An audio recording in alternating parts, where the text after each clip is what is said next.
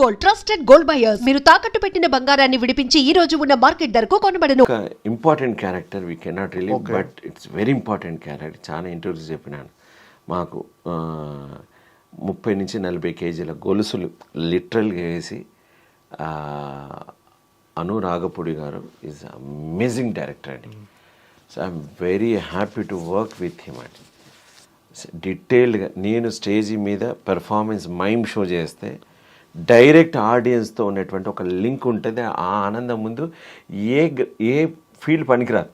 ఆ చప్పట్లకు అలవాటు పడిన వ్యక్తికి అదే ఫీలింగ్ నాకు ఈ ఫౌజీ మూవీ ఇస్తుంది. ఈ అను రాఘపూడి గారి దర్శకత్వంలో చేస్తున్నటువంటి ఆ మూవీ సెట్లోకి నేను వెళ్ళినప్పుడు ఆ ఫీలింగ్ కలుగుతుంది. వెన్ ఐఎమ్ వర్కింగ్ నాకు షార్ట్ అని చెప్పినప్పుడు చాలా తక్కువ పాటే చేసే ఇప్పటిదాకా, కానీ అది అంత తృప్తి నిజాయితీకి ఇచ్చింది. I'm eagerly waiting. అందుకే నాకు ఎన్ని సినిమాలు వచ్చినా పోగొట్టుకోవడానికి సిద్ధంగా ఉన్నాను. ఎందుకంటే హీస్ డెడికేషన్ చూశాను. అతని యొక్క డెడికేషన్, అక్కడ డిఓపి గారి వర్క్ అమేజింగ్ సార్. ఓకే, అంటే ప్రభాస్తో కాంబినేషన్ సినిమా, ప్రభాస్ గారితో కాంబినేషన్ సీన్స్ ఉంటాయి అన్నారు. ఉంటాయి. పెద్ద సినిమా, ఒక 120 రోజుల వర్క్. ఇప్పటిదాకా ఒక 30 డేసే చేసాం. ఇంకా ఇన్ని రోజులు పని చేయాల్సింది ఉంది. At least minimum another 100 days or 70 days minimum work చేయాల్సింది ఉంది. సార్, యాజ్ ఏ యాక్టింగ్ గురువుగా ప్రభాస్ గారిలో మీకు నచ్చేది ఏంటి సార్? అంటే ఏ విషయంలో ఆయన స్ట్రాంగ్గా ఉంటాడు, ఎక్కడ స్ట్రెంగ్త్ ఏంటి ప్రభాస్ గారిది యాక్టింగ్? అయ్యో బాబోయ్, ఈజ్ ఆయన నేను చూసినప్పుడు నాకు ఒక్కటే అనిపించిందండి, ఆజాన్ బావుడు అన్నట్టు కనిపించే ఒక ఫీలింగ్ కలుగుతాను. సో ఈజ్ నిలువెత్తు విగ్రహం అండ్ వెరీ బ్యూటిఫుల్ స్మైల్. అందంగా ఉంటాడండి. చూసినప్పుడు ఇలా చూసి ఉండిపోతాడు.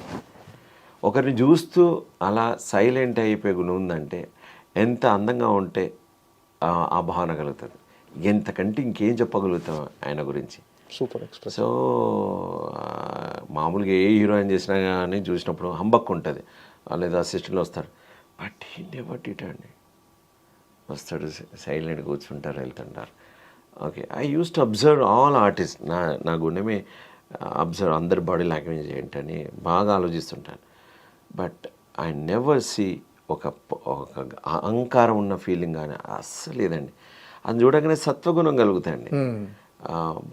ఎంత స్మూత్ అనే ఫీలింగ్ కలుగుతుంది. ఓకే, నాకు వారితో పరిచయం ఇంకా కాలేదు. బట్ డెఫినెట్లీ ఖచ్చితంగా భవిష్యత్తులో పరిచయం అవుతారు. కానీ నాకు కలిగినటువంటి అద్భుతమైనటువంటి ఫీలింగ్ అదండి. అంటే ఫౌజీ గురించి ఇప్పటివరకు మీరు చెప్పారు, అంటే అను రాఘపూడి గారు ఎంత అద్భుతంగా తెరకెక్కిస్తారు ఆ సినిమా గురించి చెప్పారు. అది ఎలాంటి సెన్సేషన్స్ క్రియేట్ చేయబోదని ఎక్స్పెక్ట్ చేస్తున్నారు?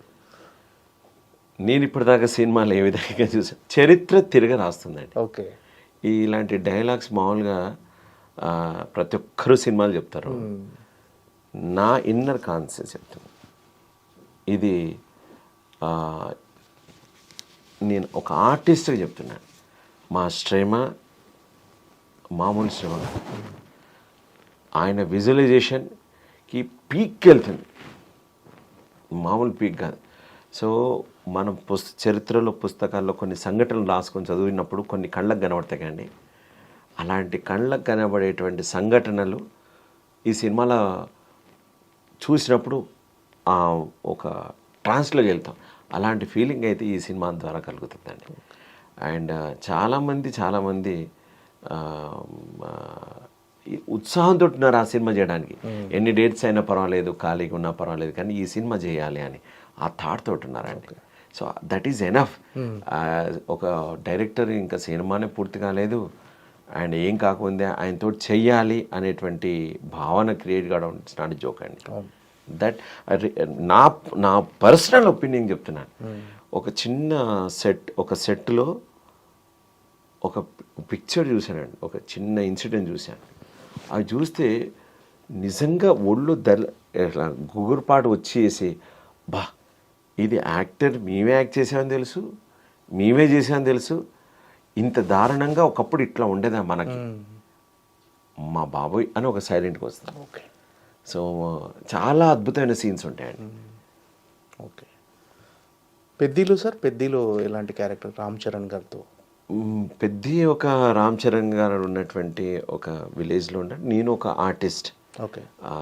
అంత డైలాగ్ వర్షన్స్ ఉన్నాయి ఏమీ లేవు, బట్ ఆ గ్రూప్లో నేను ఒకడిని. ఓకే.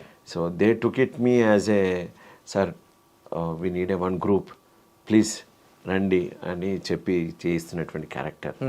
సో కొన్ని ఇలా ఒప్పుకోవాల్సి వస్తుంది, కొన్ని అలా ఒప్పుకోవాల్సి వస్తుంది. కానీ ఐ వాచ్డ్ ద పెద్ద movie, DOP Rathnavel garu sir, hats off sir, amazing. Rathnavel garu ఒక యాంగిల్ పెట్టినారంటే రామ్ చరణ్ గారు ఇంకో లెవెల్లో కనబడుతున్నారండి. సో మీరు you will see Ram Charan గారిని హీరోయిజంలో మాస్ మసాలా లోపల అనేక ట్రెండింగ్లో కనబడుతున్నాయి కదా, అవన్నీ దర్శకుడు ప్లస్ రత్నవేల్ గారు కాంబినేషన్లో, ఏఆర్ రెహమాన్ గారు మ్యూజిక్ లోపల ఎంటర్టైన్మెంట్ ఫీజులు ఓడడానికి అది వేరే జోన్. అది మళ్ళీ గ్లిమ్స్ అదిరిపోయింది కదా, గ్లిమ్స్ వచ్చింది అది అస్సలు మామూలు కదండి అది. సో నా పాత్ర చాలా చిన్నది, నాకు అసలు ఊరికే వన్ ఆఫ్ ద విలేజర్గా ఉంటాను అంతే. కానీ నేను ప్రక్రియ చూస్తున్నాను కదా, అద్భుతంగా ఉంటుంది. రామ్ చరణ్ గారితో కాంబినేషన్ చేశారా, కలిసారా, చేశాను. సెట్లో కలిసారా చరణ్ గారిని? నైస్ పర్సన్ మీ అందరు. నేను బాంబే ఆర్టిస్ట్ ఉండి ఇద్దరు ఉండే, ఆయన మైమ్ అభిమాని. So always is also with me. నేను మమ్మల్ని కూర్చొని మాకు టీ తెప్పించేవారు, చక్కగా మాట్లాడేవారు రామ్ చరణ్ గారు, అండ్ చాలా మర్యాదగా ఉంటారు. ఓకే. ఈజ్ నైస్ పర్సన్ అండి. ఏం సార్ అసలు మీ నేపథ్యం ఏంటి సార్ అసలు? నేను నాది ప్రాపర్ వరంగల్. వరంగల్ నుంచి హైదరాబాద్కి షిఫ్ట్ అయ్యి 2002లో వచ్చా.